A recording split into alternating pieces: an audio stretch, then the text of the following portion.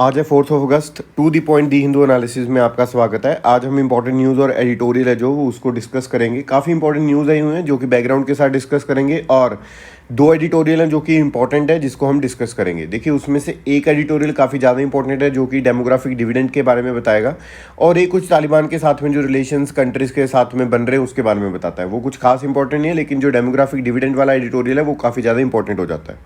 तो before starting the discussion आपको ये क्वेश्चन का आंसर देना होता है। तो कल वाला जो क्वेश्चन का आपने आंसर दिया वो बिल्कुल सही था, ठीक है। तो आज आपने इकोनॉमिक्स का क्वेश्चन है, प्रीलिम्स का 2013 का।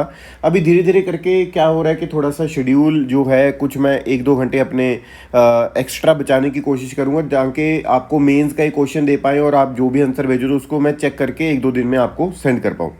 अब इसमें जो क्वेश्चन है वो क्या बोलता है, the reserve bank of India regulates the commercial bank in matters of. जो रिजर्व बैंक ऑफ इंडिया है वो रेगुलेट करता है कमर्शियल बैंक्स को कौन कौन से मैटर में। Number 1 liquidity of assets, number 2 branch expansion, number 3 merger of banks, number 4 winding up of the banks. तो इसमें से आपने करेक्ट आंसर बताना है कि भाई 1 एंड 4 है, 2, 3, 4 है, 1, 2, 3 है, और डी 1, 2, 3, 4 है। तो करेक्ट ऑप्शन है आपने कमेंट सेक्शन में बता देना है। चलो, सबसे पहली जो फर्स्ट न्यूज़ है उसके बारे में बात करेंगे। देखो, इसके बारे में हम 2-3 बार बात कर चुके हैं। फ्रीबीज को लेकर वी हैव टॉक्ड अलॉट। ये GS3 GS2 का पार्ट बन जाता है, और ये GS1 का पार्ट भी बनेगा इन दी सोसाइटी, क्योंकि किस तरह से दे रही है और किस तरह से जो चीज़ें हैं वो आगे चल रही है उसके बारे में हमें पता होना चाहिए। देखो, फ्रीबीज का मतलब क्या है कि भाई जो होता है कि मैंने आपको पहले ही बताया था कि देखो, फ्रीबीज को अभी कोई डिफाइन नहीं किया गया। कल हमने एडिटोरियल डिस्कस किया था, आपको याद है कि जो कॉन्स्टिट्यूशन में लिखा हुआ है क्या वो भी आप फ्रीबीज बोल रहे हो। जो आपके DPSP में लिखा हुआ है कि आपको एक अच्छा लिविंग स्टैंडर्ड, आपको एक अच्छा फूड ये वो प्रोवाइड करना है। हमने कल एडिटोरियल पढ़ा था जिसमें ना एक लिखा हुआ था कि भाई अगर आप मिड डे मील स्कीम को, MG नरेगा हो गया, या फिर कुछ और चीज़ें जैसे लिखी हुई थी, PDS सिस्टम हो गया, कि आप उसको भी अगर फ्रीबीज में काउंट करें तो वो तो बड़ी मुश्किल हो जाएगी, है ना। तो फ्रीबीज मुझे जो लगता है, मेरे हिसाब से जो डेफिनेशन होनी चाहिए, वैसे तो सुप्रीम कोर्ट ने बोल दिया। सुप्रीम कोर्ट ने बोला कि कोई भी पार्टी, देखो सुप्रीम कोर्ट ने पहले ये बोल देते ना कि यार जो सेंटर उसको डिसाइड करना चाहिए, जब प्राइम मिनिस्टर ने बोला। लेकिन उसके बाद में सुप्रीम कोर्ट ने रिसेंटली यही बोला है कि पार्लियामेंट में नॉट बी एबल, कि वो नहीं कर पाएगी, क्योंकि हर एक पार्टी जो वो फ्रीबीज को लेकर बड़ी भावुक सी रहती है कि हमें हाँ फ्रीबीज देने हैं, है ना। जो फ्री वाली चीज़ें उसको प्रोवाइड करना है लोगों को, और वो पता है कब कब प्रोवाइड करने की बात करेंगे। वो प्रोवाइड करने की बात करेंगे जब इलेक्शंस सर पे होंगे, कि भाई इलेक्शंस आने वाले हैं, और उस टाइम पे बोल देंगे ये आपको फ्री दे देंगे, ये आपको ये फ्री दे देंगे, ये कर देंगे, वो कर देंगे। अब यहाँ पे नंबर 2 क्या है था, court suggested setting up a specialised body composed of person who can dispassionately examine the problem. ठीक है, तो उन्होंने बोला कि एक कमेटी बिठाते हैं जो कि इस इशू को प्रॉपर एग्जामिन करें डिस्पैशनेटली। ठीक है, तो बड़े अच्छे वे से यहाँ पे एक जो चीज़ है फ्रीबीज के बारे में, वो हमने कल एडिटोरियल भी पढ़ा था कि जो प्रॉब्लम मेजर है, ठीक है फ्रीबीज बंद कर दो, लेकिन जो मेजर प्रॉब्लम है उसको पहले डिफाइन करो कि फ्रीबीज असल में है कौन, फ्रीबीज असल में है क्या। क्योंकि जो कॉन्स्टिट्यूशन में PDS हो गया, ठीक है, मिड डे मील स्कीम्स हो गई, ये वाली जो चीज़ें हैं वो अगर दी हुई हैं तो वो अगर आप उसको भी फ्रीबीज मान रहे हो वो गलत हो जाएगा काम। ठीक, सो नंबर 1 तो यही है आज की news. Number 2, China sets up pressure on the Taiwan. देखो, मैं इसको आपको, मुझे लगता है जो जहाँ तक मुझे याद है 3-4 बार बता चुका हूँ, दोबारा से बता दूंगा। GS2 का पार्ट है। अगर कोई बच्चा नई वीडियो देख रहा है, कल वाली वीडियो नहीं देखी, तो उनको दोबारा बताना पड़ता है, ठीक है। तो अभी ध्यान से सुनिएगा। देखो, China sets up pressure on the Taiwan. जो चाइना है उसने प्रेशर बनाना स्टार्ट कर दिया ताइवान पे। अब प्रेशर क्यों बना रहा है, मैंने आपको कल क्या बताया था कि जो USA के स्पीकर है, ठीक है, तो उन्होंने क्या किया, यहाँ पे विजिट किया, और उनका नाम क्या है, नैन्सी पेलोसी। ठीक है, जो यूनाइटेड स्टेट्स हाउस स्पीकर है नैन्सी पेलोसी, उन्होंने विजिट किया ताइवान में। और ताइवान जो चाइना है वो बोलता है कि मेरा ही नेशन है, वो एक ही कंट्री है, आप उसको अलग मत रिकग्नाइज करो। लेकिन उसको जो बंदा अलग रिकग्नाइज करता है उसके लिए अब ताइवान के खिलाफ भी चाइना स्टेप लेता है और उस कंट्री के खिलाफ भी लेता है। अब सबसे पहले तो जो चाइना का जोर यहाँ पे चल रहा था वो ताइवान पे चला। ताइवान में उसने क्या किया कि थर्सडे को मैं largest ever exercise water of जो एक्सरसाइज है वो स्टार्ट करूंगा। जो एयर स्पेस है, जो और चीज़ें, उसको ब्लॉक करके रखूंगा फॉर तकरीबन 4 दिनों तक। तो उसको हम एक डिसरप्ट मानेंगे वो शिपिंग एंड एविएशन का। सेफ्टी रीजंस के लिए जो वेसल्स की एंट्री है, एयरक्राफ्ट की एंट्री है, अब mentioned sea and air space वो प्रोहिबिटेड है। ठीक है, वो ऑफिशियल नोटिस भेज दिया गया है। तो ये जो चीज़ है नैन्सी पेलोसी की विजिट और उसके बाद में चाइना का रिएक्शन, ये कहीं पे ये ना हो कि थोड़ी बहुत अगर कहीं पे किसी ने बॉम्ब या फिर कुछ ने बॉम्बार्डिंग कर दी या फिर कुछ और कर दिया तो वो यूक्रेन वाली जो सिचुएशन है वो ना बन जाए यहाँ पे, क्योंकि वहाँ पे भी क्या हुआ था, पहले तो नाटो बोलता रहता था ये कर दे ये कर दे, अब उसके बाद में जब उसने कर दिया यूक्रेन ने थोड़ा सा रशिया ने अटैक कर दिया, नाटो पीछे हो गया। ठीक है ना। तो वो जो चीज़ है कि इसको थोड़ा सा ध्यान रखना चाहिए ताइवान को। मे बी यहाँ पे सिचुएशन अलग है, मे बी यहाँ पे अकेला यूएस है जो उसको सपोर्ट कर रहा है। तो मैं यही बोलूँगा कि अगर ताइवान उसको बोल रहा है, चाइना को थोड़ा डरा रहा है, तो मेरे हिसाब से यूएसए को फिर फुल सपोर्ट करनी चाहिए ताइवान की। ऐसा ना हो कल को चाइना कुछ अटैक करे और ताइवान भाग जाए, सॉरी यूएस से भाग जाए। अब यहाँ पे हम सिचुएशन देखते हैं कि ये बनी क्यों। मैंने पहले भी बताया कि सिविल वॉर चल रही थी। ठीक है, सिविल वॉर कहाँ पे चल रही थी? चाइना में। चाइना में जब सिविल वॉर चल रही थी तो दो हिस्सों में लोग बंट गए, कम्युनिस्ट वाले, एक रिपब्लिक वाले। अब दोनों में लड़ाई चल रही है। अब दोनों में जब लड़ाई लड़ुई होने लगी तो उस केस में हमने क्या देखा कि ये जो चाइना कम्युनिस्ट वाले ये जीत जाते हैं। अभी जो रिपब्लिक वाले थे इनको पता था कि ये कम्युनिस्ट वाले इनको मार काट देंगे, तो ये भाग के एक जो नज़दीक आइलैंड था जिसका नाम ताइवान आज रखा हुआ है, वहाँ पे भाग के चले जाते हैं। अब सारे के सारे लोग वहाँ पे चले गए, एक नई कंट्री बना ली अपनी। ठीक है, तो लेकिन चाइना ये बोलता कि ये मेरी लोग हैं। ठीक है, पहली बात ये मेरा ही आइलैंड है। दूसरी बात, तो इसी वजह से आपने वन चाइना जो पॉलिसी है, वन चाइना नेशन पॉलिसी है, उसको रिस्पेक्ट करना है, हर एक कंट्री को बोलता है। ठीक है, लेकिन जो इंडिया है उसका भी थोड़ा सा स्टैंड ताइवान की तरफ रहेगा, क्योंकि चाइना का काउंटर करना चाहता है, चाइना को छेड़ना चाहता है। मैंने आपको कल भी बताया था कि अगर चाइना को छेड़ना हो, चाइना के कान में जाके बोल दो ताइवान, तो वो चिढ़ जाता है। फिर उसके बाद में अगर और भी छेड़ना तो उसको जाके बोल दो ठीक है दलाई लामा, ठीक है, वो और भी चिढ़ जाता है। तो तिब्बत वाला जो रीजन है, कुछ और रीजन है, उसको लेकर बड़ा सेंसिटिव सा रहता है, पॉजेसिव रहता है चाइना। आई होप ये चीज़ आपको समझ में आई होगी। ठीक है, कम टाइम में। फिर उसके बाद में यहाँ पे एक और जो न्यूज़ है फ्रंट पेज पे, एक छोटी न्यूज़ कि आपको पता है कि मिनिस्टर जो प्राइम मिनिस्टर है हमारे नरेंद्र मोदी, उन्होंने क्या बोला कि भाई अपनी जो डीपी है उसमें तिरंगा है ना, जो तिरंगा है हमारा जो झंडा है उसकी डीपी लगानी चाहिए हमें, क्योंकि हम मना रहे हैं इस बार आज़ादी के अमृत महोत्सव। ठीक है, 75 ईयर ऑफ इंडिपेंडेंस है हमारा, आज़ादी के अमृत महोत्सव। तो उन्होंने ओपोजिशन वालों ने क्या किया कि ट्राई कलर की फ़ोटो तो लगाई, लेकिन साथ में नेहरू जी खड़े हैं। ठीक है, तो उसी के साथ में जैसे Kashmir chief minister Mehbooba Mufti changed hers photo with both the tricolour and flag of the erstwhile state of Jammu and Kashmir.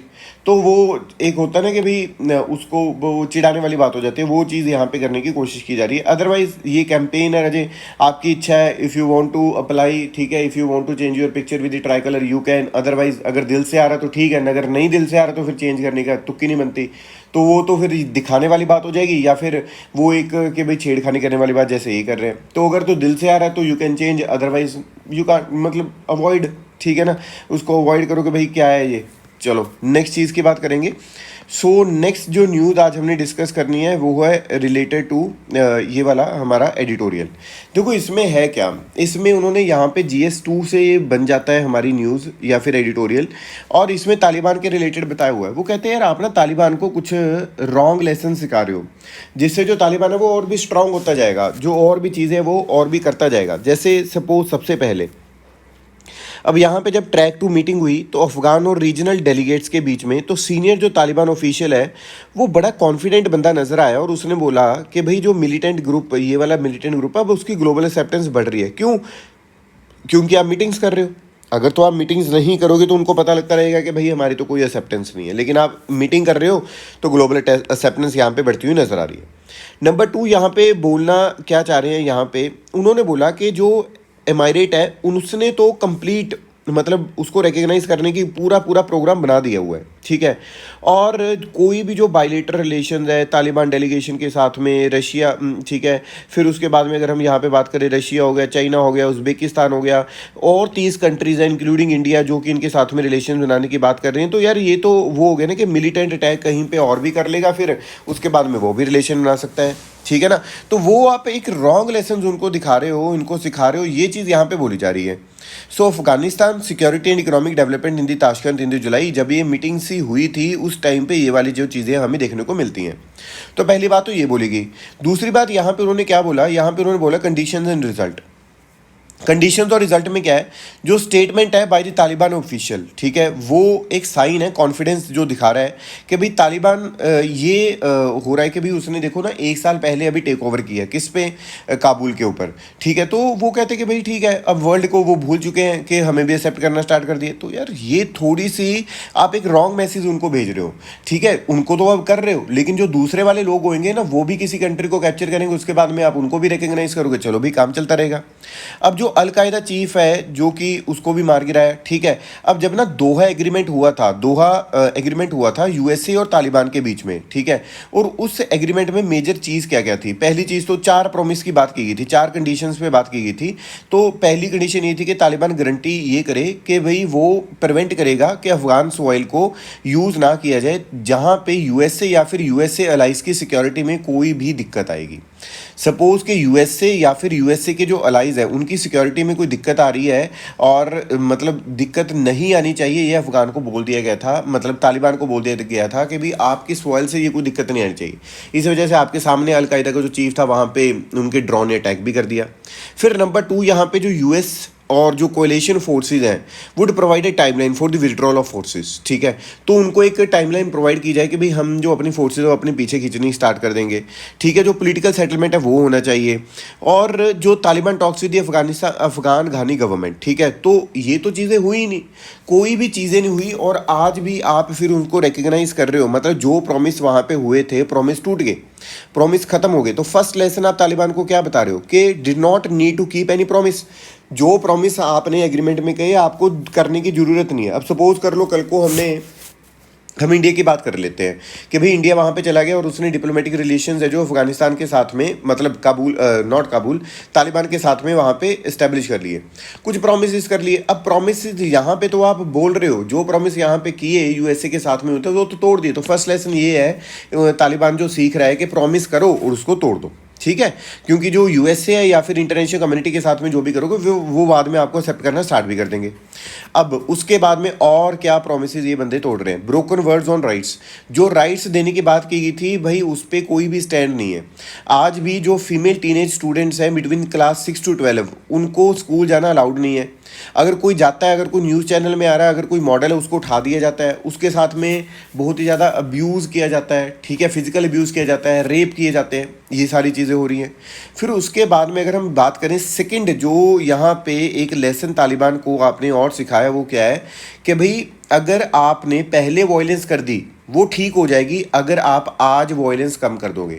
Suppose उन्होंने पहले प्रॉपर वॉयलेंस कर दी, लोगों को मार दिया, काट दिया, अफगान के लोगों को ये कर दिया वो कर दिया, लेकिन आज अगर वहाँ पे आप स्टेबल हो और वॉयलेंस कम करो तो वो जो लोग हैं इंटरनेशनल कम्युनिटी वाले वो आपको बोलेंगे सही है, कोई दिक्कत नहीं है। तो इसका रीज़न यही, इसका एक लेसन यही हो गया कि और भी जो मिलिटेंट ग्रुप है वो भी यही सीखेंगे कि किसी भी देश पे अटैक कर दो, पहले वॉयलेंस कर दो, पहले लोगों को मार दो, उसके बाद में जब आप इस्टेब्लिश हो गए फिर वॉयलेंस करनी कम कर दो, थोड़े से स्टेबिलिटी लगानी स्टार्ट कर दो, तो इंटरनेशनल कम्युनिटी बोलेगी वाह जी वाह क्या बात है, ठीक है। फिर और प्रॉब्लम क्या है? नेक्स्ट लेसन जो आप तालिबान को यहाँ पे सिखा रहे हो कि bigger problems to deal with now, interest in Afghanistan, मतलब अफगानिस्तान को ना ये सॉरी आपने तालिबान को ये सिखा दिया, जो नेक्स्ट लेसन तालिबान को आपने ये सिखा दिया कि अमेरिका के पास में और भी प्रॉब्लम्स है, क्योंकि अमेरिका वहाँ से छोड़ के भाग गया। अब छोड़ के भाग गया, उसके पास में ट्विन चैलेंज है चाइना और रशिया का, ठीक है। फिर उसके बाद में उसके खुद की प्रॉब्लम्स है, इन्फ्लेशन, ये वो सारी प्रॉब्लम्स, तो उसको पता है कि अब ये कुछ नहीं कर पाएगा। तो ये तीसरा लेसन आपने ये सिखा दिया उस बंदे को। इंडिया की बात करें अगर हम, इंडिया का स्टैंड यही रहता है कि इंडिया ने जो तालिबान के लोग हैं जिनमें डिस्ट्रेस आता है, पहले भी हमने हेल्प की है, ठीक है। India with their families extended shelter to more than 12,000 Afghan refugees. फिर हमने यहाँ पे बात की कि भाई CAA, ठीक है, सिटीजनशिप अमेंडमेंट एक्ट हो गया, उसमें हमने मुस्लिम्स को छोड़ के सबको अलाउ किया हुआ कि आप हमारी कंट्री में आ सकते हो। फिर ये जो प्रोमिसेस हैं unfortunately was high on rhetoric but hollow in reality, ठीक है। जब हम ये बोलते हैं कि सारे के सारे लोग हमारे यहाँ पे आ सकते हैं, वो देखो ना वो रियलिटी में इतने स्ट्रांग नहीं है, बहुत ज़्यादा हाई आपको वैसे लगते हैं कि भाई हाँ सपनों में, लेकिन रियलिटी में बड़े मुश्किल है उसको कंप्लीट करना। तो ये एक चीज़ यहाँ पे मैंने अखबार ही बंद कर दिया, तो ये एक चीज़ यहाँ पे हमें पता लगती है, ठीक है। तो सॉरी वो हाथ लग गया मेरा। अब यहाँ पे क्या है, और जो चीज़ हमें यहाँ पे पता चली, rather than a consistent stand on ties with the Taliban, जो मोदी गवर्नमेंट है वो देखो ना, एक चीज़ के अभी तक जो इंडिया का स्टैंड है वो ठीक है, उन्होंने बात करनी यहाँ पे स्टार्ट कर दी, लेकिन ऐसा नहीं है कि बहुत ही ज़्यादा एक वहाँ पे ऑफिशियल्स बिठा दिए कि वहाँ पे मीटिंग्स करनी स्टार्ट कर दी। सो जो इंडिया है, लेकिन उसने भी वो कंट्रीज़ की लिस्ट को ज्वाइन कर लिया जो कि तालिबान के रिजीम को यहाँ पे एक मानने की कोशिश कर रही है, ठीक है। But has yet to post a diplomat, ठीक है, अभी कोई डिप्लोमेट वहाँ पे नहीं बिठाया, ये भी आपने ये जो चीज़ है वो याद रखनी है। सो पहला एडिटोरियल ये था आज का। दूसरा एडिटोरियल हमने डिस्कस करना है डेमोग्राफिक डिविडेंड को लेकर। देखो हमने पहले भी बात किया है कि जो पॉपुलेशन है कंट्री की, पता नहीं कल डिस्कस किया था यार, ये सेम ही से एडिटोरियल डालते रहते हैं। सो जो डेमोग्राफिक डिविडेंड है, यहाँ पे यूएन की रिपोर्ट आया, वर्ल्ड पॉपुलेशन प्रोस्पेक्टस 2022 रिपोर्ट। तो इस रिपोर्ट में यही बोला कि जो पॉपुलेशन है वर्ल्ड की वो टच करेगी 8 billion this year and rise to 9.8 billion in 2050। So यहाँ पे एक जो चीज़ और हमें पता चलती है कि जो चाइना की पॉपुलेशन है उसको इंडिया सरपास कर देगा बाय 2023, ठीक है, 2023। इसका मतलब क्या है, हमारे यहाँ पे जो पॉपुलेशन है वो बहुत ज़्यादा तेज़ी से आज भी बढ़ रही है, और मोर ओवर जो यंग पॉपुलेशन है वो हमारे यहाँ पे ज़्यादा है। जो यंग पॉपुलेशन है, जो वर्किंग एज पॉपुलेशन है वो हमारे यहाँ पे ज़्यादा है, लेकिन वर्किंग एज पॉपुलेशन अगर हम यहाँ पे बात करते हैं वो उसको उसका जो डिविडेंड है, उसका जो बेनिफिट है, हम तभी उठा पाएंगे जब हम उन पे इन्वेस्ट करेंगे। अदरवाइज वो हमारे ऊपर क्या बनता जाएगा, बर्डन बनता जाएगा। और जो पॉपुलेशन आपके पास में आज बहुत ज़्यादा यंग है, देखो कौन सी population, India's potential workforce to rise from 885 million to 1.08 billion people over the next 2 decades from today. लेकिन ये पॉपुलेशन तभी आपकी काम आ पाएगी, ये लोग तभी आपके काम आ पाएंगे जब आपने इनको अच्छे रिसोर्सेज दे रखे होंगे, अच्छी एजुकेशन, अच्छी चीज़ें, अच्छी हर एक चीज़ अगर आप अच्छी करोगे इनके साथ में, तभी उनका बेनिफिट हो पाएगा, तभी आपका बेनिफिट हो पाएगा, अदरवाइज कोई बेनिफिट नहीं हो पाएगा आपका। सो ये जो चीज़ें हैं इसके ऊपर हमारी जो कंट्री की सरकारें हैं उनको ध्यान देना चाहिए। इंस्टेड ऑफ मोर फ्रीबीज का मतलब ये नहीं कि आप मिड डे मील हटा दो, आप पीडीएस हटा दो, आप एमजी नरेगा हटा दो। हम बात कर रहे हैं प्योर फ्रीबीज की, जो कि इलेक्शन के दौरान आती हैं। मैं ये आपका माफ़ कर दूंगा, ठीक है, मैं आपको इतनी यूनिट्स फ्री दे दूंगा, मैं आपको पानी फ्री दे दूंगा, ये कर दूंगा, वो यार ये चीज़ जब आप कर रहे हो, आप इलेक्ट्रिसिटी सपोज फ्री दे रहे हो, इसका मतलब क्या है कि आप तो पानी को भी फिर क्या कर रहे हो, डिस्टॉर्ट कर रहे हो, आप इन्वायरमेंट के साथ में भी क्या कर रहे हो, यहाँ पे बहुत ही ज़्यादा प्रॉब्लम क्रिएट कर रहे हो।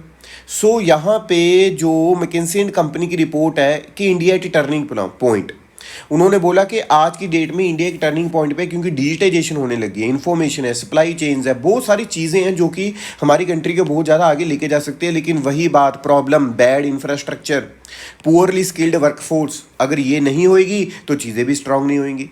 आपको ना, आपने एक चीज़, चलो अभी सोचना, अपने मन में सोच के देखना कि यार क्या हमें क्लियर था कि 10th के बाद में, 12th के बाद में हमने करना क्या है। बहुत ज़्यादा क्लियर तो होता ही नहीं है। और फिर ग्रेजुएशन होगी, ग्रेजुएशन के बाद में हम जॉब भी करने लगे, फिर जॉब छोड़ के फिर हमने यूपीएससी प्रिपरेशन स्टार्ट किया, फिर कुछ और चीज़ें हम कर रहे हैं, तो उसका मतलब हमें समझना पड़ेगा भाई, उसका मतलब हमें समझना पड़ेगा, ठीक है ना। तो अभी अगर हम इंडिया को चाइना के साथ में कंपेयर करें तो इंडिया आज भी बहुत बड़ी ओपन सोसाइटी है। इंडिया के साथ में कोई और प्रॉब्लम्स नहीं है, इंडिया ओपन सोसाइटी है। इंडिया कभी भी, मुझे नहीं लगता कि वो पॉपुलेशन पॉलिसी 2 बच्चा 3 बच्चे वाली लेकर आएगा। सो जो IT टेक्नोलॉजीज है उनका जो पोटेंशियल है हमें देखना चाहिए। हमारी जो IT टेक्नोलॉजी है वैसे भी बहुत अच्छी हैं। So deep divide in China, हमारी कंट्री में उतना बहुत बड़ा डिवाइड नहीं है जितना चाइना में है। कहाँ का, रूरल अर्बन का। आप अगर जाकर देखोगे रूरल चाइना में वो बहुत ही ज़्यादा पिछड़े हुए लोग हैं, जो अर्बन चाइना वो बहुत ही ज़्यादा एडवांस्ड है। लेकिन हमारी कंट्री में ऐसा बहुत ज़्यादा नहीं है, कहीं कहीं पे है रिमोट एरियाज़ में, लेकिन बहुत ज़्यादा नहीं है। फिर लास्टली अगर हम यहाँ पे बात करते हैं तो ऑब्वियसली अगर इसको रीप करना है, अगर इसको डेमोग्राफी डिविडेंड के बेस्ट रिजल्ट निकालने हैं, हायर एजुकेशन, क्वालिटी एजुकेशन, ठीक है, जो सेक्टर्स आप निगलेक्ट कर रहे हो उस पर, लिटरेसी पे फोकस करो, आप स्किल डेवलपमेंट पे फोकस करो। अगर ये चीज़ें करोगे तो ठीक है, अदरवाइज ये चीज़ें ठीक नहीं रह पाएंगी, ठीक है जी। तो ये चीज़ आपके आई होप समझ में आ गई होगी। आज के टेक्स्ट एंड कॉन्टेक्स्ट में एक अच्छा एडिटोरियल या फिर आर्टिकल नहीं आया हुआ तो इसको मैंने छोड़ दिया है। फिर अगली अगर हम न्यूज़ की यहाँ पे बात करते हैं तो वो है India to host UNSC meet on counter terrorism.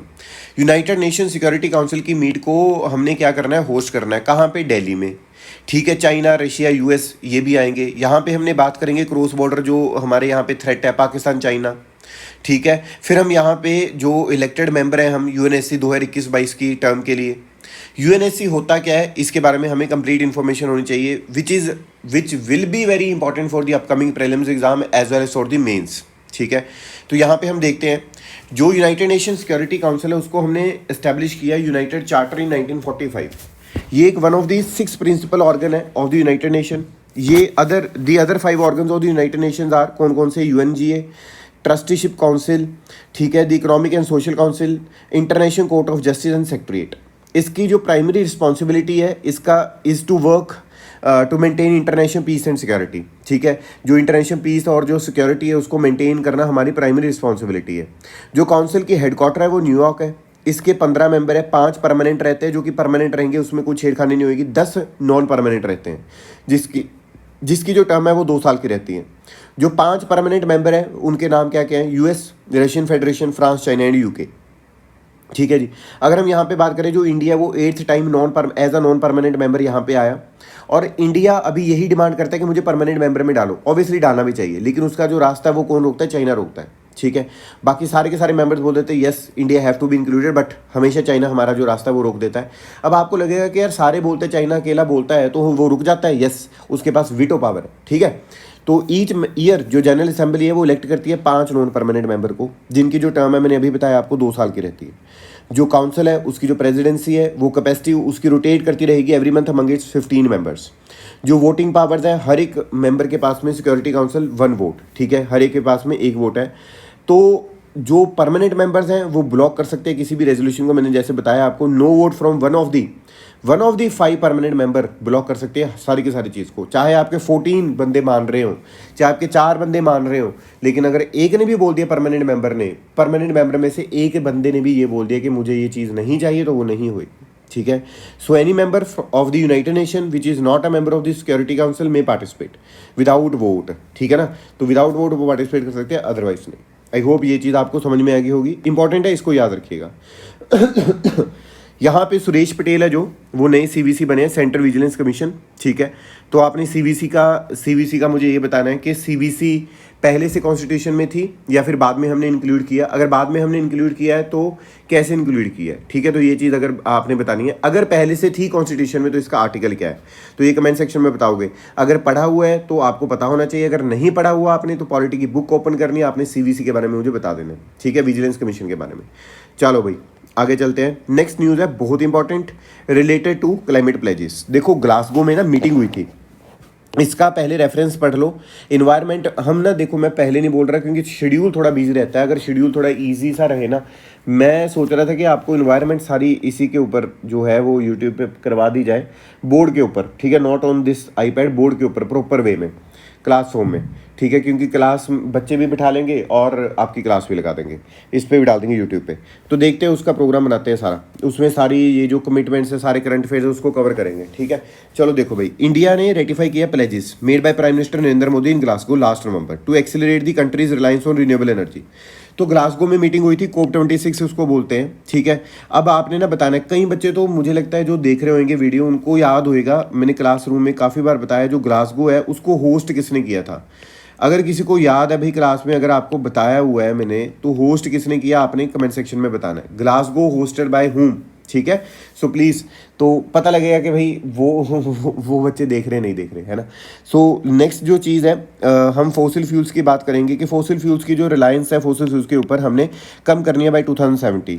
तो इसमें हमने ना पंचामृत दिया था। पंचामृत का मतलब कि 5 कमिटमेंट्स दी थी। उसमें क्या क्या था ये सारी याद रखनी है आपने, मेंस के लिए प्रीलिम्स के लिए दोनों के लिए इंपॉर्टेंट है। Number 1, India will increase its non fossil energy capacity to 500 gigawatt by 2030। ठीक है, will meet 50% of its energy requirement from renewable energy by 2030, will reduce the total projected carbon emission by 1 billion tons from now till 2030, will reduce the carbon intensity of its economy by more than 45%, और will achieve the target of net zero by the year 2070। इसमें सबसे important जो चीज़ आपको prelims में पूछी जा सकती है कि इंडिया ने क्या कमिटमेंट दिया नेट जीरो के लिए। नेट जीरो का राजे मतलब क्या है? सपोज कि ये कोई एरिया है, यहाँ से आपने कार्बन एमिशन किया 100, ये कार्बन एमिशन आपने इन्वायरमेंट में 100 कर दिया।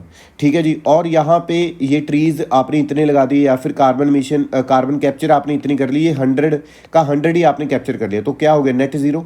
जो नेट जीरो हमने अचीव करना बाय 2070। तो ये जो सारी चीज़ें यहाँ पे देखने को हमें मिलती हैं, और हमारी कमिटमेंट ये भी है कि हमने जो रीन्यूएबल एनर्जी है बाय 2030 हम जीडीपी का 45% जो है वो 2030 तक इससे करेंगे, उसको हमने इंक्रीज भी किया बाय 50% भी कर दिया। ठीक है, तो ये चीज़ आपने ये जो टारगेट्स है वो याद रखने हैं। नेक्स्ट न्यूज़ इन्वायरमेंट के रिलेटेड क्या हुई है, जो 10 और इंडिया के वेटलैंड्स है जिसको रामसर टैग मिल रहा है, उसमें से 6 तमिलनाडु, 1 गोवा, 1 कर्नाटका, 1 मध्य प्रदेश और 1 उड़ीसा। ठीक है, अब वेटलैंड होते क्या है और रामसर कन्वेंशन है क्या। देखो, वेटलैंड्स एक इकोसिस्टम है जो कि सैचुरेटेड रहता है विद वाटर, आइदर सीजनली और परमानेंटली। इसमें mangrove, marshes, river, lake, delta, flood plains, flooded forest, rice field, coral reefs, marine areas. और मैरीन एरियाज कौन से, जहाँ पे जो लो टाइड है वो नॉट डीपर देन 6 मीटर। ठीक है, marine areas no deeper than 6 metre that low tide. So human made wetlands हो गए। ठीक है, मतलब जो पूल्स हो गए, रेजरवायर्स हो गए, वो सारे वेटलैंड्स में आ सकते हैं। ठीक है जी। सो ये जो चीज़ है ये कवर करती है only 6% of the earth land surface. 40% of all plants and animal species live और ब्रीड इन दी वेटलैंड्स। इसी वजह से वेटलैंड्स बहुत इंपॉर्टेंट है। तो इसको रामसर एक ना कन्वेंशन हुई 1971 में। उस कन्वेंशन में ये बोला गया कि वेटलैंड्स को प्रोटेक्ट करना है, तो तभी से कोई भी वेटलैंड अगर हम उसको प्रोटेक्ट करना चाहते हैं उसको रामसर की लिस्ट में डाल देते हैं, रामसर टैग दे देते हैं। ठीक है भाई, चलो नेक्स्ट न्यूज़ की बात करेंगे। नेक्स्ट न्यूज़ है, चलो यहाँ पे है, service growth slides to 4 month लो।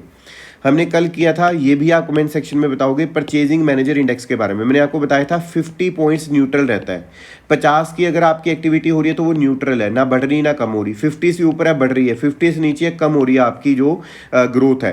तो यहाँ पे 4 मंथ लो क्या है, सर्विस की ग्रोथ, मतलब कि हमारे 3 सेक्टर, प्राइमरी, सेकेंडरी, टर्शरी और क्वार्टरनरी भी होता है ऐसे तो, लेकिन टर्शरी तक हम बात करेंगे, ये सर्विस सेक्टर हो गया। तो ये क्या दिखा रहा है, यहाँ पे स्लाइड कर गया, लो चला गया। ठीक है, और आपने ये बताना है अब जो PMI है, परचेजिंग मैनेजर इंडेक्स, उसको रिलीज कौन करता है, इस इंडेक्स को। ठीक है, रिलीज कौन करता है बताओगे ये सर्वे के बारे में। ठीक है, तो आज के लिए राजी इतना ही है। ठीक है, कल के लिए इसको क्या करना है, अपने वीडियो को, आपको पता ही है डेली मैं आपको बोलता हूँ, चैनल को सब्सक्राइब करना है, वीडियो को शेयर करना है, लाइक करना है, कमेंट करना है। Thank you, bye bye, take care.